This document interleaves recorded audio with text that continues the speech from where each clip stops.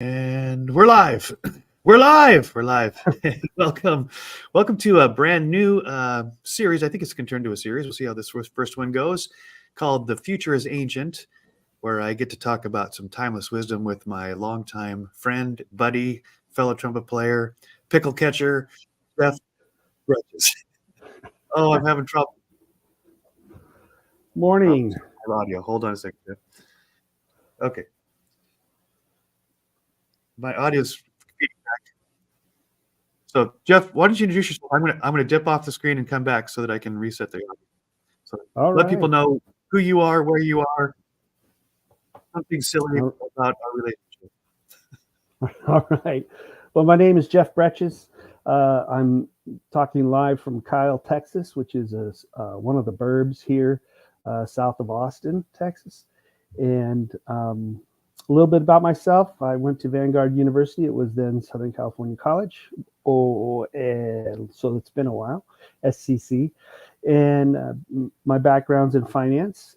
I've done a lot of work in the healthcare financial management field. Currently serving in a consulting role. Pastored a church for a few years, a small country church up in New Hampshire, where I met my wife at Bible school in Dallas, Texas, and we married and started a family up in New Hampshire before moving out west. And so that's a little bit about me. I'm a Red Sox fan. Hopefully you're not tuning out now because I mentioned that I'm a Red Sox fan. It was a horrible year, and we're hoping for some good winter talks. Oh, and now we're back with Joe and maybe some more important stuff than the winter baseball trading talks.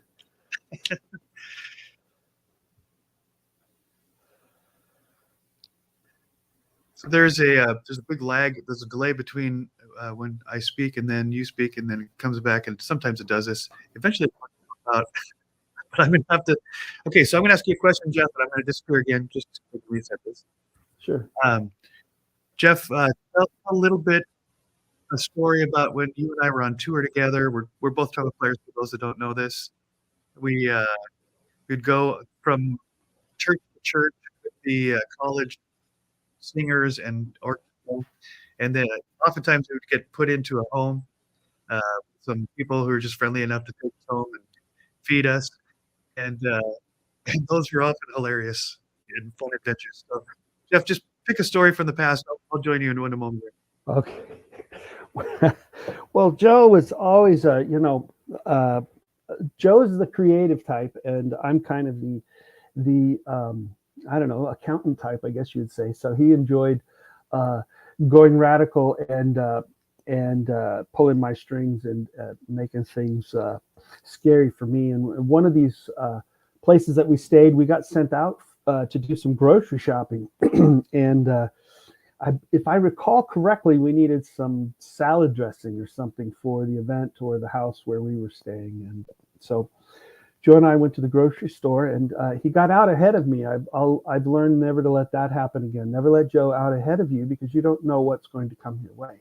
And Joe, being out ahead of me, would start to grab items that we needed, or even if we didn't need them, and just toss them over his shoulder toward me. And my job was to play catcher and to make sure that the jar of pickles that was flying through the air actually made it into my hands and either into the basket or back onto the shelf without shattering on the floor. Now, this was news to me. I didn't know this was the deal. I would have probably waited for him at the checkout if I knew that was the deal, because that would be more my style. Joe had a knack for, how shall we say, making things fun. And I can't remember all the times because it's been so many years ago, and we're so old now. But we had a lot of fun, did a lot of crazy things, tormenting everybody in the group, especially the voice heads. If there's any voice heads out there, who are not instrumentalists, maybe that wasn't too bad. How are you? Did you get it all together there, Joe? It's still giving me fits, and I don't know why. You're the more tech person than I am. So I need to be here in California and you're in Texas. There's something going on that's causing it to feedback on me. Oh, maybe there's a setting I can share. I know in the audio there's often a setting echo cancellation. Let's try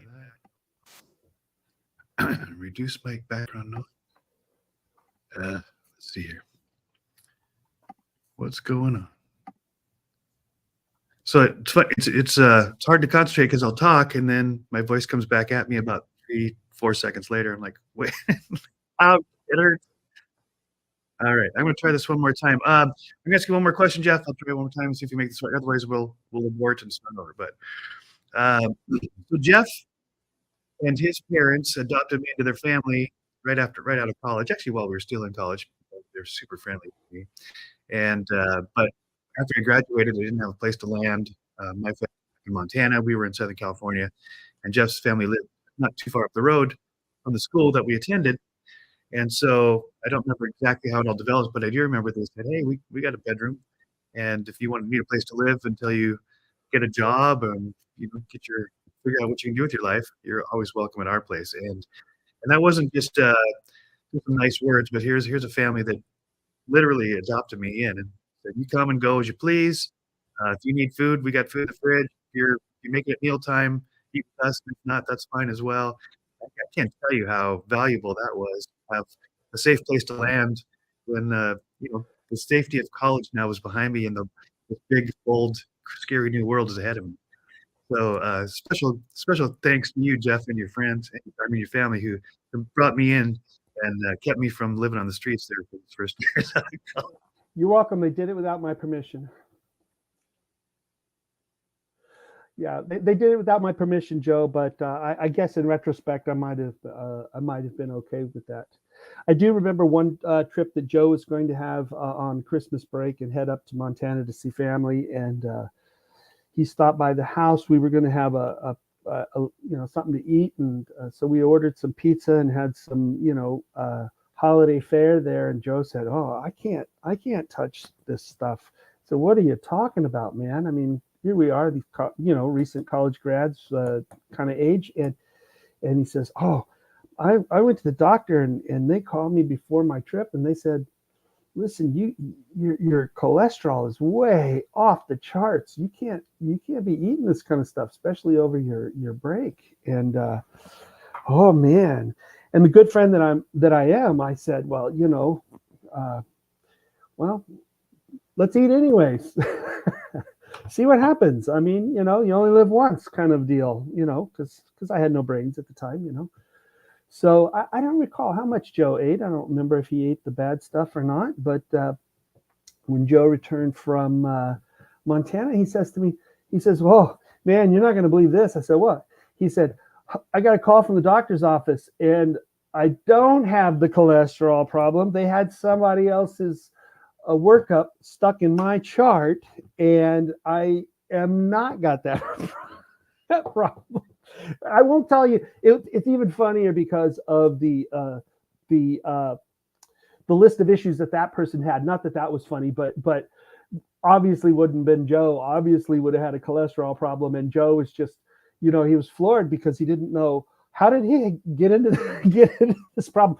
I think that's probably the funniest event that I recall, other than Joe dropping his trumpet off the back of his motorbike and having a truck run over it and flatten it, and then rigging me into taking it in to get repaired to look like the guy who got his trumpet smashed, so he didn't have to own up to it. I tell you, I am the fall guy. I'm the straight guy. He's the funny guy. You have some great stories, Jeff. All right, I'm going to talk for a second. I'm going to see if we can prepare this by having you exit the studio. So hit the leave studio button at the bottom of your screen and then re-enter, because we still got some audio issues here. You might have to start over, but let's see what happens.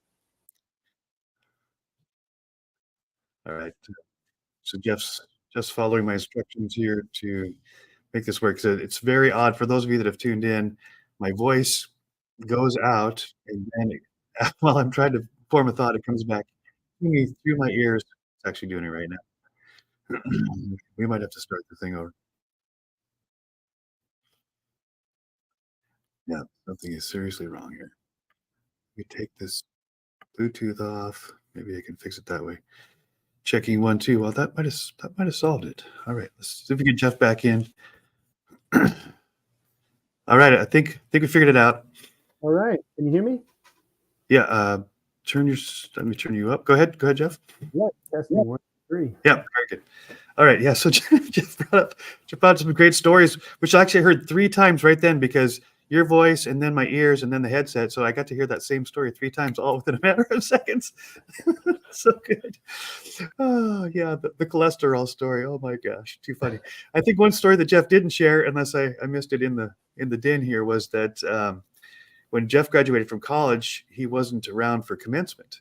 And so some buddies and I decided that Jeff needed to have his own personal commencement, and his mother had put in green shag carpeting in the living room of her house, maybe throughout the whole house. I forget exactly how far it went, but so we called that the green, and we made a mock commencement program, had Jeff's friends over, and we did our very own commencement ceremony from college. Jeff was the only graduate. Yes, I remember receiving my certificate in monkey business. Yep, appropriate, totally appropriate. I graduated first and last in my class, they told me. That's right. Yeah, that's right. I'm number 1. Oh, so good. So fast forward now, 35 years, I guess. Jeff and I still friends, and there have been seasons where we were more connected and less connected. I did go out to New Hampshire for Jeff's wedding, which was spectacular, and it gave me an opportunity. I rented a car and got to travel to the last 5 states that were on my bucket list. I traveled to 45 states up to that point, and at your wedding, I caught the last 5. Thankfully, they were all in that little northeast corner of the United States. I could do it all in one day, but it's so good. Yeah. Jeff's been a pastor. I think you might have mentioned this already in the past, and studied business in college, which is a really great combination, I think, to have both theological, spiritual background as well as business savvy. I have neither, so I'm happy to have Jeff here. Well, you had to take the theology courses. I did, yeah. It doesn't mean I did well or I even paid attention, but yes, I did take the theology courses. I'm just joking, but Jeff and I have had some really great discussions over the years, and particularly lately in the last, I don't know, 2 or 3 years. Jeff has begun devouring books at breakneck speed, and really diving into wisdom that has been captured in these historical records called books, and finding out that our ancestors weren't as dumb as we think they are. so I think there is this kind of this modern feeling, and perhaps it's true of every generation, that the latest is the greatest. But unfortunately, I think there's lots of proof that isn't necessarily the truth. And it's unfortunate if we cut ourselves off from the wisdom of our ancestors and forefathers, so that we feel like we're having to start all over again. In some ways, we end up going backwards. And sometimes going backwards can help us propel us forwards. But all that to say, Jeff, I'm going to make this a broad conversation today, but you've been tell the people a little bit about your journey into the world of books and ancient wisdom. How did that happen? What prompted that? Sure. Well, I think there comes a time in everybody's life where there's some cognitive dissonance between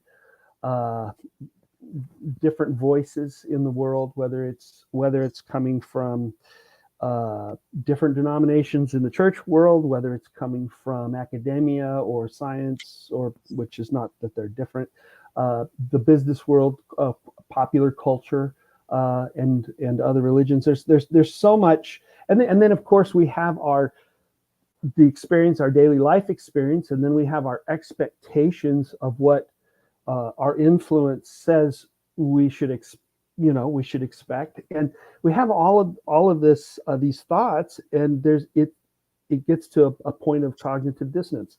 And I know I'm not speaking something that nobody knows. I think anyone who might tune into this has gone through this, maybe battles it on a daily basis, because we're all looking for the truth. If you go to buy a car, you're looking for the truth. What's this guy really saying? I know, I've sold cars. And Yeah. telling the truth and selling cars is a lot of fun. It makes people wonder what you're smoking because you're telling the truth. Right. Where'd you Yes. go? Right. But we're always looking for the truth. We're always looking for guidance because we want to get to the right place. We want to get there in good shape. We want to have success. We want to be comfortable. We want to ease the unknown in our lives, and that unknown crosses all areas of our lives. And so there comes different seasons of this, if you want to call it cognitive dissonance, and it sends you into perhaps I don't want to make it a simple dichotomy, but it sends you into one of two modes, perhaps other modes. You either go into the ignore it and tamp it down and pretend it's not there and just try to make yourself comfortable, or you punch at it and try to get to the bottom of it, and you take in outside resource to help you with your understanding. And so I think earlier in my life I went through a kind of one of these events after college, and then I think in the last 10 years have also gone through another one of these events, a little bit different. The other was more of a challenge to my faith, and now it's less of a challenge to my faith and more of a what is the deeper aspect of what I've always been told, Yes. or what all these influencers are saying. What's the bottom line? And there's two, you can go to extremes on everything. Throw the baby out with the bathwater. Throw the bathwater out with the baby. Wait, I don't know if that's safe. Have you seen the commercial where the guy says, "Hey, it's a Murphy tub," and he lifts the tub and the water goes all over the floor? I think that's great. We can go to extremes, and we could say, "Oh, that's totally the past, the historical. That's I'm forgetting my words." Or we can say, "This is progressive. We're always growing. Oh, these guys are stuck in the past." There's some of both of that should be going on, and there's a confusion of voices, and how do we make our way through that?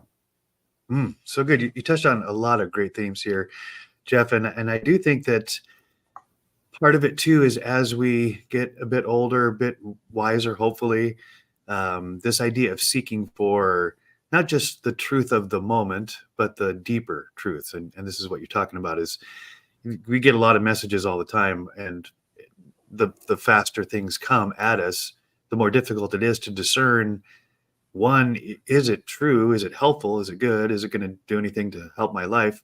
But sometimes we don't know the source. We don't know if the source is reliable. And as you touched on, what's their motivation, right? Because most of us are wired, I would say, with the orientation, what's in it for me? That's kind of how we go through life. And I'm not saying that's the best way to go through life. I'm just saying it's kind of a natural default for us. But that also makes me skeptical because I know that the messages that are coming at me, the person on the other end has a motive, right? What's in it for them? And so I actually find myself often when someone comes to me unsolicited, says, "Hey, I can help you and I can do this for you. And would you like to know more about it?" My first question is, well, what's in it for you? Because there must be a motivation there, right? But this is part of what we're talking about, is that there's a lot of surface messages, and it's not easy often even to pick one or two out. And if you do, why those voices versus the 74,000 billion other voices that are out there, some which are in alignment, some are contradictory. And for every perspective, there's many other perspectives that don't align with that. And so this idea of how do we discern, right? Discernment is it's a big word. It's a super important word, but and I understand what the word, but how, let me throw this question to you, Jeff. How do you think we can cultivate discernment in a world where information is readily available, instantaneously available at all times? I can ask Siri, I can ask Alexa, I can go online and I can Google anything, and I'll get way more information than I could ever absorb, but I don't know if the information is true, if it's reliable, if it's helpful. And that's where discernment comes in. So how do we cultivate discernment in an information age? Well, you've asked a really big question. I think, one thing that's come to my attention in the recent past is sometimes our lack of reasoning skills. I recently saw a survey by one of the I think it's a nonprofit, but it's a group that promotes logical thinking. What are the logical models? What are the pitfalls? And trying to get people to think. And they had this survey of how susceptible are you to believing conspiracy theories, right? And they would ask a question and you'd have to answer, and then it would ask some more questions and then kind of guide you through what the logical way to think through these things is, And so, for instance, the I don't know, the JFK event. How many people would have had to keep that quiet in order for that to be the conspiracy that some people think that it is? Well, when you start going into the math and the logics about that, the risk, the chances, then your perspective changes. Well, maybe that, not that there might not be something there could be, but when we look at things, what is our thought process? So that's number one. I think that we tend towards the quick message, the quick acceptance, and the messages a lot of times are not just the message, but an assurance that message is right and you need to act on it now. Okay. Yeah, and there's no time to stop and think about that. I always tell the kids and everybody, I never buy a car at night. I don't do it under pressure, because you know what? If there's a deal today, there's a deal tomorrow. Don't be pushing. So there's always a quick message, and here's why it's right, and move on. And you don't have a time to sit and process it. So that's a big challenge that we have. I think a lot of it is slow down, Jim. You remember that from Taxi? Yeah, right. What does the yellow light mean, Jim? Floor it. How did that sequence go? Do you remember? I don't remember, but I can just picture it in my mind. Yeah. Slow down, Jim.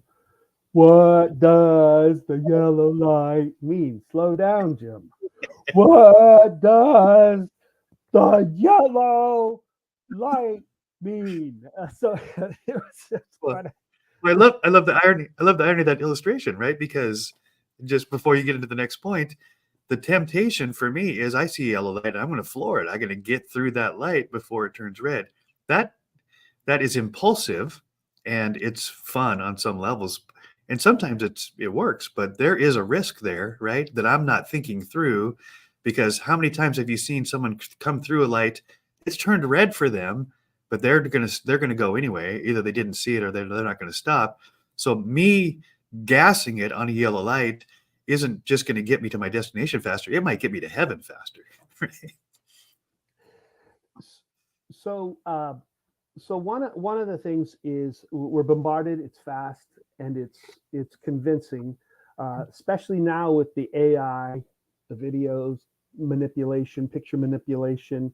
I don't, anything I see on the internet, like if I go to MoJOE Studio, I don't believe a word he says because he's AI. No, when I go to some of these, there are news sources I won't even click to open because I don't believe anything that they say. But it's a matter of so that discernment is intentional. Discernment is intentional. I think that's probably the first point. Yeah, good. Because we and discernment also has to realize it has to be intentional, and it has to have humility.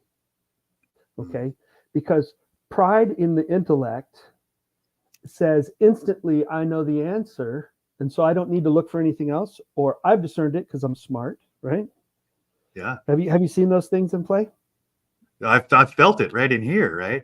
In fact, to your point, I've come to adopt this idea lately, Jeff, that the one of the most dangerous two-word phrases in the English language is "I know." To your point, as soon as I believe I know, or if I hear myself saying it, I have to retract, because I know, as you said, cuts me off to any and every other possibility. I know means definitively I'm stating I don't need any other information because I've got it. And as you said, that is not humility, right? Humility says, I don't know.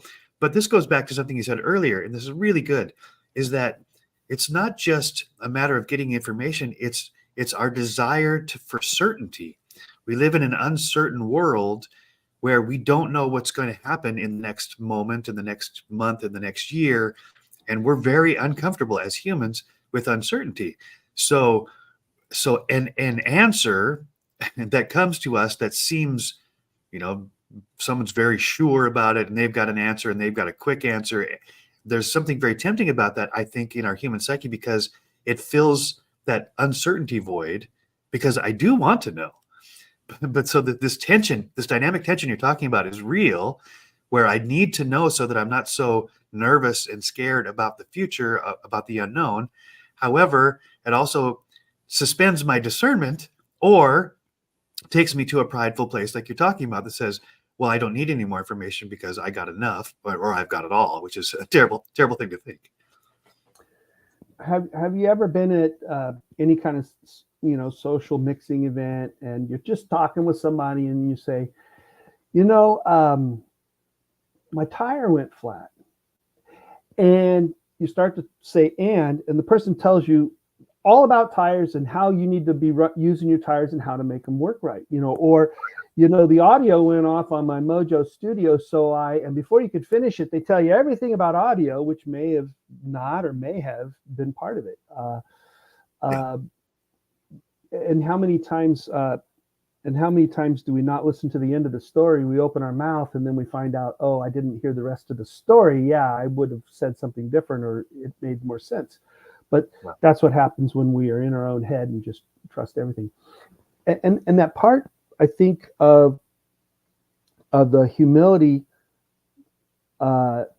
is that there's not a one of us that has in our minds, in our database of our brain, very much information. We think we know a lot. But if I've used this illustration a million times, if I took a piece of paper and I drew a circle on it and put how much of this pie of the total body of knowledge is what I know, my body of knowledge is not even a pencil point dot on that. So if there's so much, like you said, tension in what we know and don't know, and what we do need to know, to always think that we can just quickly know and understand and quickly be the right answer is really not understanding the nature of who we are and the context in which we live. And so part of my search with the reading is to better place myself in the context, so I understand the variables better, so that I can arrive at better understanding to operate. Yeah, it's so good, Jeff. Yeah, another illustration that really works for me, I heard this really wise guy from India named Sadhguru, who's actually got a really good sense of humor as well. And he's talked with Matthew McConaughey, and the contrast of these two guys was absolutely stunning, hilarious, right? But they're having a really good conversation, really deep banter. But Sadhguru says, the tendency of us humans is we're looking for, how does life fit together? It's like a puzzle, and we're trying to find the pieces. And we get 5-6 pieces, and we find how they fit, and we see the pattern there, pattern recognition, which is part of how our brain understands the world. And it's got the stripes of a tiger. And so we, in our lack of humility, we go, I get it. Life is a tiger, right? Because the pieces I have all say tiger. They all have the stripes. And he says, the 5 pieces you have may well be a tiger, but there's infinite number of pieces to the puzzle, right? So I look at my little tiny pencil dot in the body of all there is to know, and I think the whole picture looks exactly like my little dot, which that's where we get in danger, right? Yeah, and along those, that's very good. And I can only imagine Matthew McConaughey replying, all right, or something like that. So, yeah. Driving around in a Cadillac. Yeah. All right. All right. All right. So the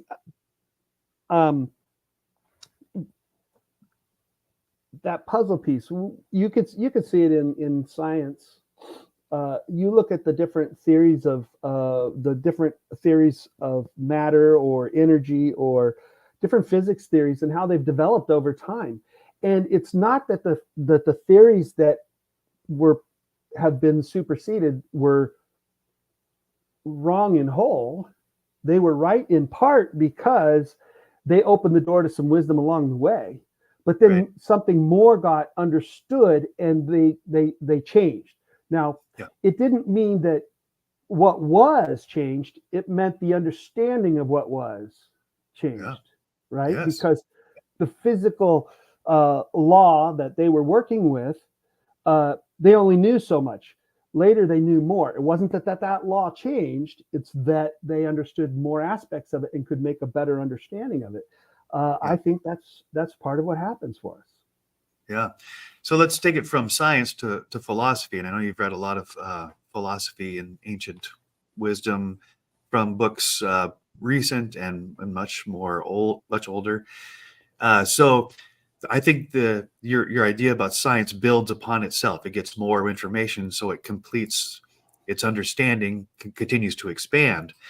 And this might be because of our education system, but I often take that science mind, and I think that must be true of truth and philosophy and religion and that kind of thing. That somehow, from the beginning of time of humanity, our understanding of who we are, how we're created, what the universe is all about, the meaning of life, those type of things, started small like a theory, and now it's expanding, expanding, expanding, so that somehow I, now in the year 2023, am much wiser about these really important, essential ideas about life and the universe and the creator than the people that preceded me.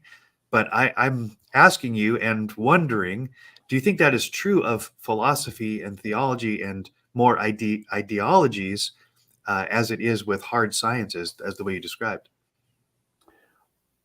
Well, I think it's the same but different. Mhm.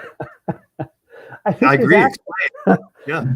yeah, I think where it's the same is that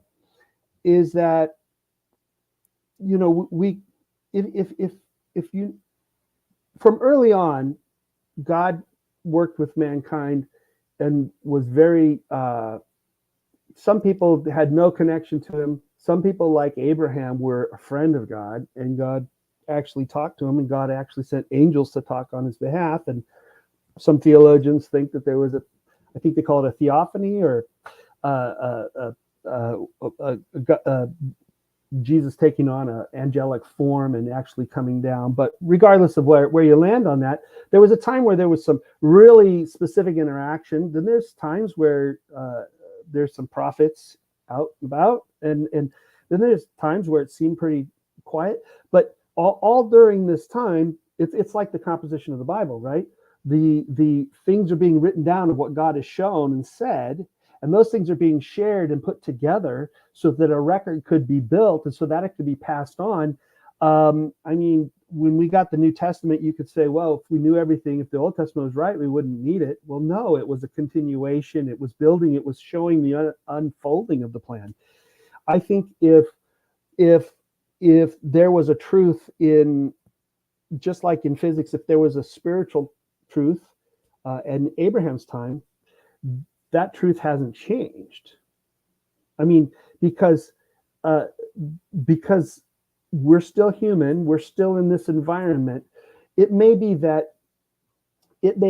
God has changed how He works in certain ways for different periods of time, but it doesn't mean the underlying truth of His person, of His character, of His nature has changed. But we get an unfolding or developing in our understanding as we uh, hear more about how God worked with Abraham, how He worked with Moses. Then we read about how He worked with the prophets, how He worked in the New Testament. Then Joe and I talk, and I learn how He worked with him, and he learns how He worked with me, and then our understanding grows and grows.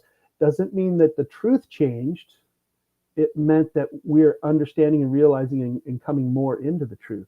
Does that make sense to you? Oh yeah, yeah, totally makes sense. And so I think nature gives us some clues as to what you're talking about. And I think of our Earth orbiting around the sun and all the other planets as well.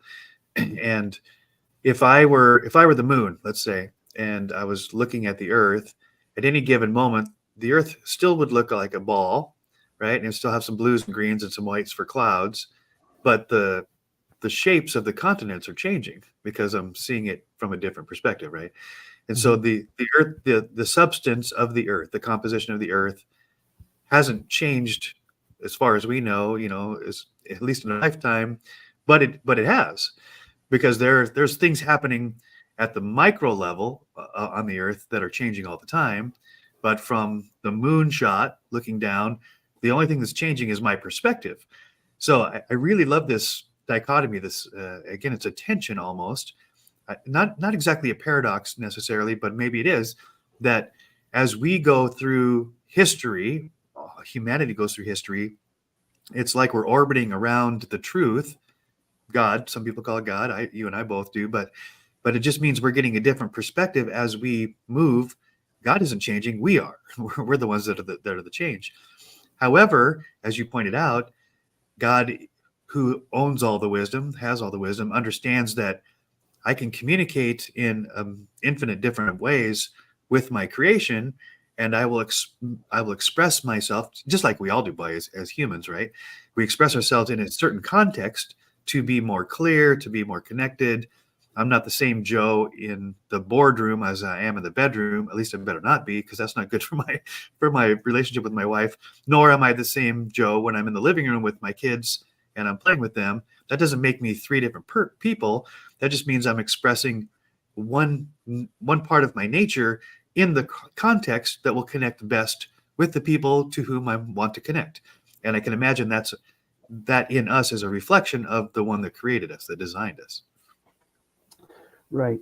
Um, and boy, when you were talking about the planets and the perspective, I was going to ask if you'd been reading Copernicus again and Galileo, Yeah, and but even if you take that into account, there was this hardcore everything revolves around the Earth, right? yeah, And then there was this, no, wait a second, based on this information and how we understand physics to work, it points to, and our observations that now we can see because we've developed these telescopes, right? We now see that this information shows us that this is how it works. Well, that's in conflict with the Bible. Well, no, it's not in conflict with the Bible. The terms the Bible was using were terms for those people who understood, who didn't have telescopes and knew the pattern, right?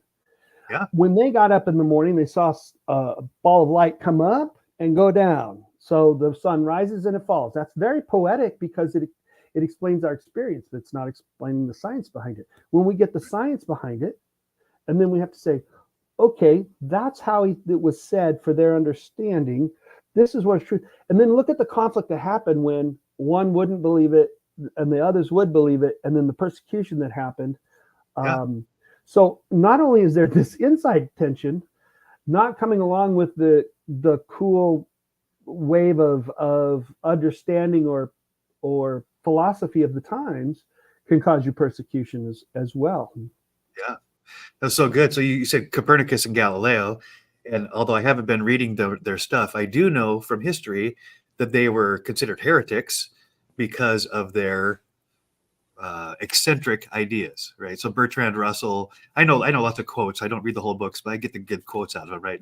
Bertrand Russell says that don't be um, don't be afraid of your eccentric opinions, because all opinions that were once eccentric now are status quo. This is I murdered his quote, but the idea is this: through Copernicus and Galileo and Jesus himself, and so many of the people who are trying to push us forward into a new way of seeing the same reality, is that at first it upsets the apple cart in a big way, right? If the majority are thinking majority of humanity is thinking that the earth is at the center of the universe and everything revolves around us.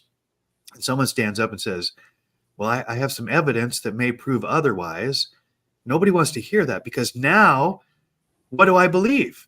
I have been taught and I have received from history and all the people who I trust, I've received a message that things are this way. And one guy, the outlier, the eccentric, is telling me something totally contradictory, which makes me really uncertain about my truth. And so as humanity's history has shown, there's a lot of resistance to a new concept about the same truth. And in fact, people are shunned, they're mocked, they're excommunicated, they're asked to leave the community. Some were killed. Many were murdered for their quote unquote eccentric idea, which now we accept as commonplace, as status quo. So you're right, Jeff, there's the internal tension of, I don't like the uncertainty of not knowing, and I need somewhere to anchor my thoughts, my soul. And if I'm the guy that's got the great idea, holy cow, no one's going to like that, right? No, at first. Right.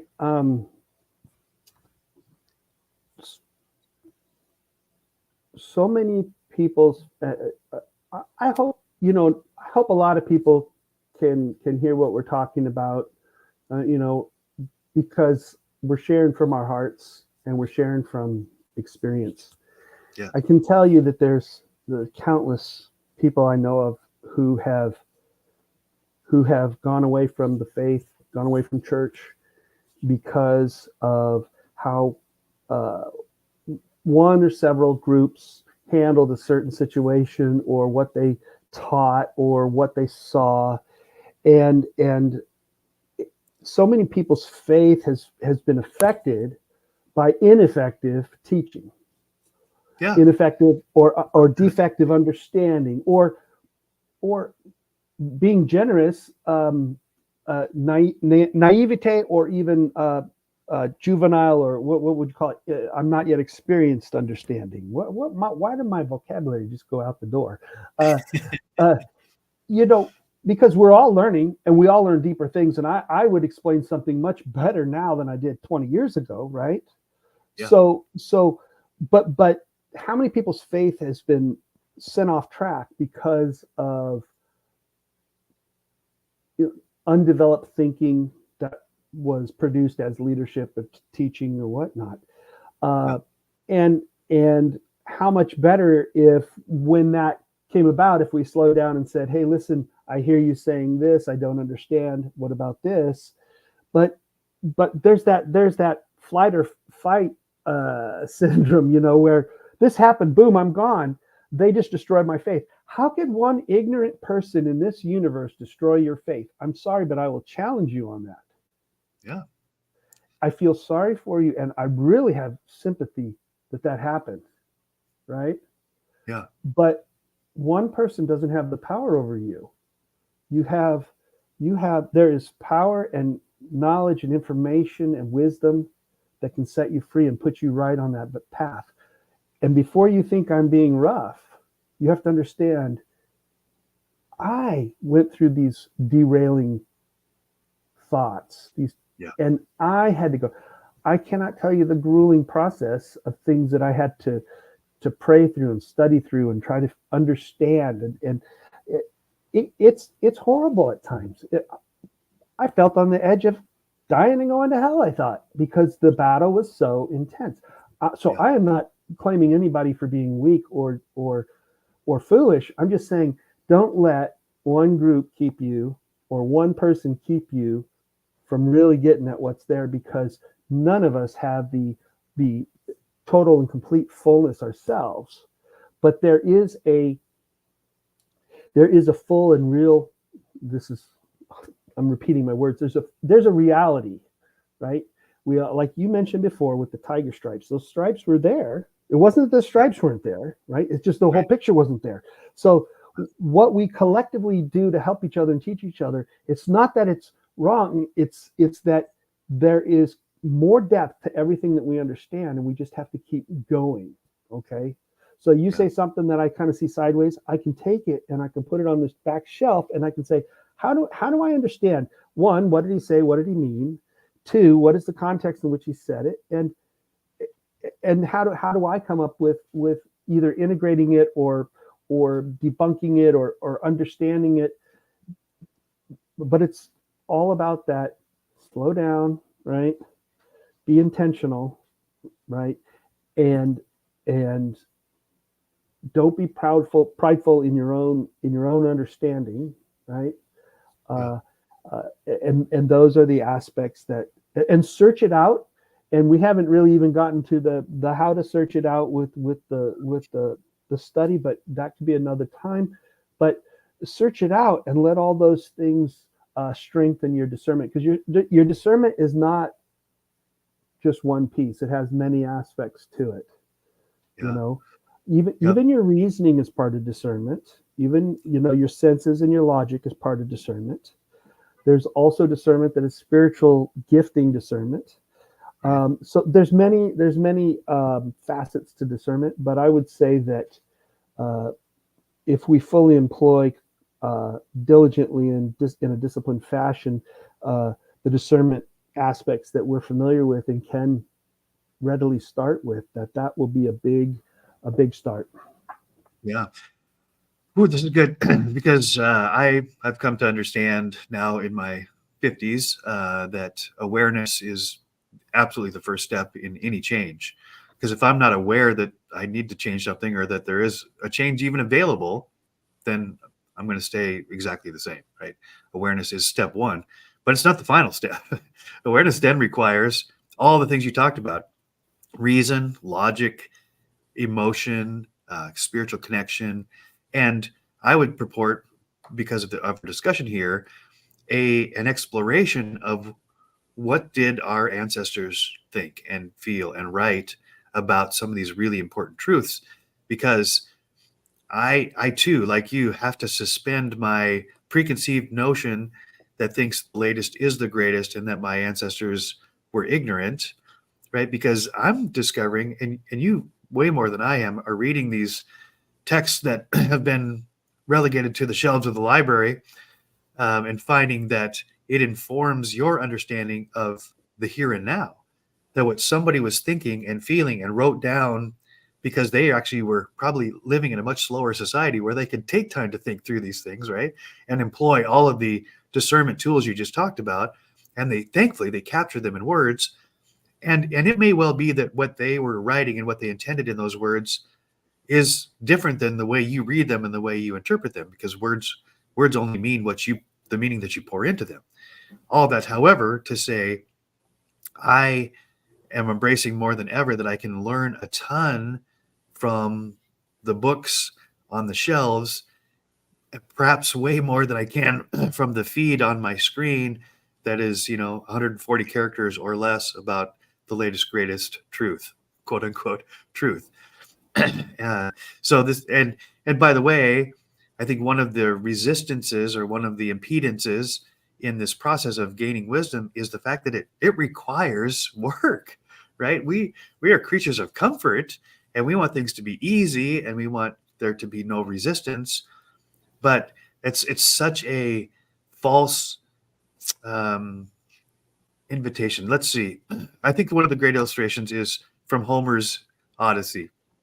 So I he thought gets you to were going this to say Homer Simpson, and I was like totally onto it. and perhaps Homer Simpson said this as well, but I wasn't a big fan. But no, but Homer's Odyssey, and I can remember this only because I had to read it. For school. But he gets to this place where he knows that the sirens are coming. He's on the boat with on the ship is going down the river, and he knows that the sirens are coming, and the siren songs are beautiful, and they're very compelling, and they make you want to get as close as you can to them. But if you steer the ship that direction, the ship will crash upon the rocks and you'll die.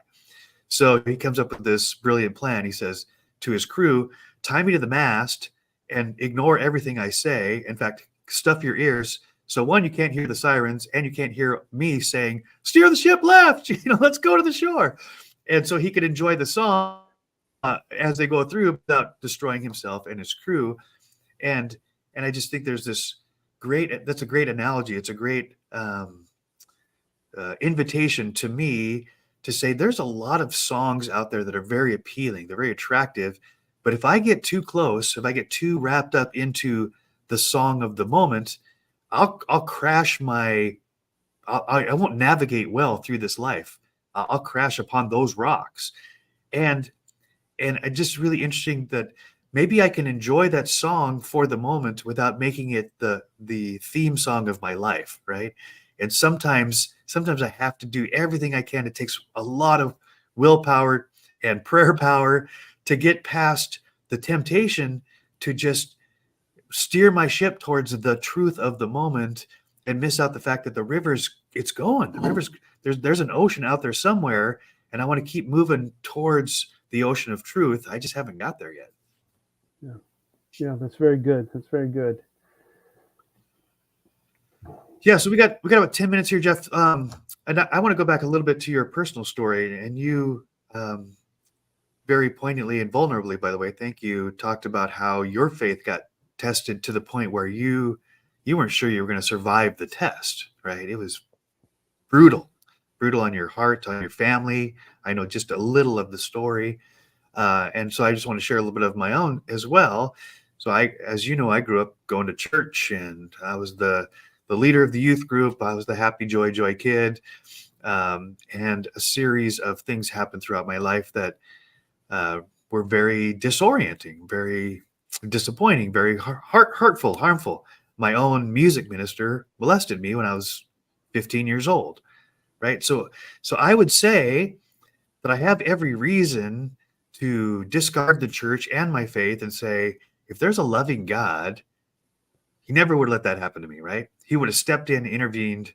Why would he let his star youth kid, who's just happy-go-lucky and bringing sunshine everywhere he goes, get victimized by a nasty person that's just clueless as to what really love looks like? Why would God do that? And I'm asking these questions myself, right? Why God? Why me? And there were times, Jeff, when I was in my bedroom, literally on my knees with my head in my pillow, just crying out, what's going on, God? Why me of all people? I don't deserve this. Do I deserve this? I was asking, I wasn't even sure. And interestingly enough, as I look back, God's the only words I ever heard God say that seemed audible was, I'm here. There was no explanation why. There was no judgment on anything. It was just a profound sense that God hadn't abandoned me. Now, it felt like in the moments that I had been abandoned, but God's reassuring me in my cries for help, I'm here, right? And it's taken me most of my life to get to a point where I can understand that actually is all I needed, because it didn't feel like it in the moment, right? And this understanding now, this profound understanding that all of the theology, all the Bible verses that I memorized, you and I both were Bible quizzers. We could get 130 points in 10 minutes trying to win the Bible quiz thing. So I could spout the verses, right? I knew the chapter and verse, and I knew all the answers, quote unquote answers. But when push came to shove and it's real life and I'm feeling pretty crushed, I'm like, what good is all of this knowledge? And I think now I look back and I see God's answer, his 2-word answer to me, I'm here, is that it's not the knowledge that I'm seeking, that I need. I need the relationship. I need to know that the transcendent God that's way beyond my understanding is also intimate and involved and cares about me individually. So I often think of how insignificant and significant each of us are. If you look at on the beach and you pick up one grain of sand, it's insignificant in the cosmos, right? It's that little pinpoint you were talking about, the pencil point in the body of knowledge. It's insignificant, but somehow this infinite God also made me with my own fingerprint, my own eye print, my own voice print. My dentures identify me. There's no creature in the history of the world that's exactly like me, nor will there ever be. There's similarities, but no creature ever was made exactly the way I am, and I continue to develop because of my own experiences, knowledge, etc. So I am unique. You are unique.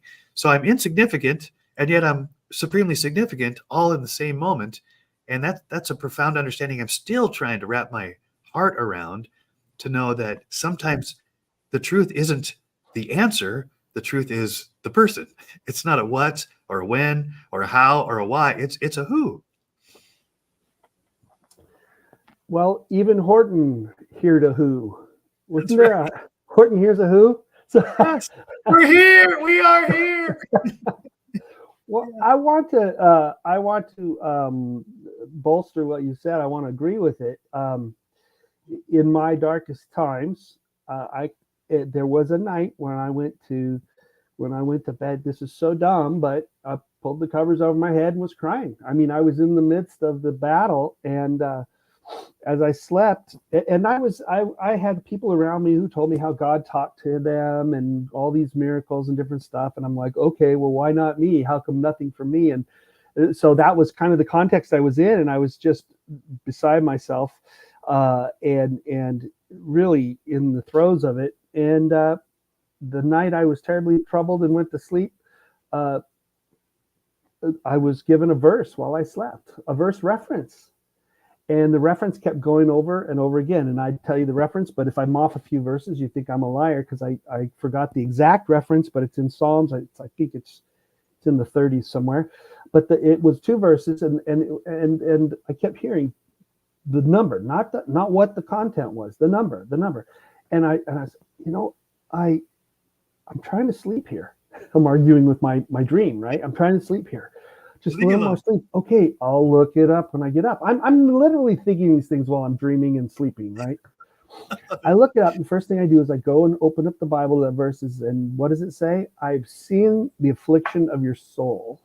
I've known your anguish, and I'm going to bring you out on a firm foundation. That's what those 2 verses said. Wow. And these weren't verses that I knew of, that I had memorized, that I had references for. And they spoke exactly to me. And what was it that I held on to for? I have held on to that, believe it or not. And I'm supposed to be a wise old guy. No, I've held on to that. You know why? Because that was Joe's "I'm here." Yeah, exactly. For me. Yeah. And that gave me the hope that I could continue to seek and that I would find the answer. The Bible says, if you seek me with all your heart, you will find me. That's a promise. And I hold out that the truth can be known if you search for it. It's not God is not keeping something from you, making it to where you can't find him. God, this is a terrible analogy, but God is the God of the Easter eggs. Okay, he goes out, he takes these little plastic Easter eggs and he puts candy and quarters in them, and he hides them around the yard. Why? So that you can't find them. Yes, what a great God. So I can't find them. No, why did he do it? So that you're all excited through the treasure hunt, and you look at different things and places, and you discover these gifts that he's put out there for you, and you open them up and you enjoy them. And if he's hidden anything, it's for your pleasure. It's for you to go out and find, and through the process to come in wonderment and satisfaction and joy. It's hard, but if we could embrace the search, embrace the process, there's a lot in store for us. Yeah. So as you were talking about the Easter hunt, right? I've done this for my kids many years. Now they're too old to really enjoy it, but I'd be out before dawn putting the Easter eggs out in my pajamas, and as you said, I want the kids to find them, and I'm going to make it difficult on some of them, especially the ones that have more money in them. But if they don't find them, I'm going to start giving hints, right? Did you check the tree? Did you check the 3rd branch? Did you check the 4th leaf on the end of the 3rd branch, right? Trying to make it clear. I want you to find this, right? And if me as a finite, flawed father hiding Easter eggs want my kids to find every single one, and I will give them hints and clues so that they do, how much more, right? Our Heavenly Father wants us to find the truth. But I love this idea of seeking, Jeff, because as we talked about earlier, seeking is an intention. It's taking time, energy, effort to do the work required to find. And I think part of the wisdom behind that is that when you work for something, you value it more, right? We all know trust fund kids, whether we know them personally or we've read about them in the papers, they were handed everything they could ever imagine from the time they were born, and they're lost. They don't know, they don't even know how to work for anything because it's everything that they ever want is given to them in every moment. And these are some of the most lost and depressed people you'll ever meet. And so I can't help but think, in the great wisdom of my heavenly Father, he's like, yes, I can reveal all the truth to you in this moment. It might make your head explode, but I can do that. Or I can hide the truth just enough that you have to work for it, so that when you find it, you realize, look at what it took, the effort, the time, the energy, the intention for me to discover this. And now I'm going to value it because I've invested my life energy, right, into finding truth. And suddenly, when I have found it, as Jesus said, when you find these things, you'll sell everything else you've got for this one thing, because you realize this is way more valuable than everything else that I thought was so important. And Joe, you said it. I was thinking it. The kingdom of heaven is like a man who finds a treasure buried in a field, and he goes and sells everything he has to buy that field, and then he treasures it. I'm not so sure that diamonds are that precious, but we pay a lot for them, so we keep track of them, right? That's right. Yeah. Yeah. But it is true. When you go after something and you're invested in it, it has value. So we're right at the hour here. This will be the first of who knows how many conversations Jeff and I are going to have. I consider this a privilege, one, because I get to reconnect with my friend, but two, he's done the work of reading through books that I'll never get to.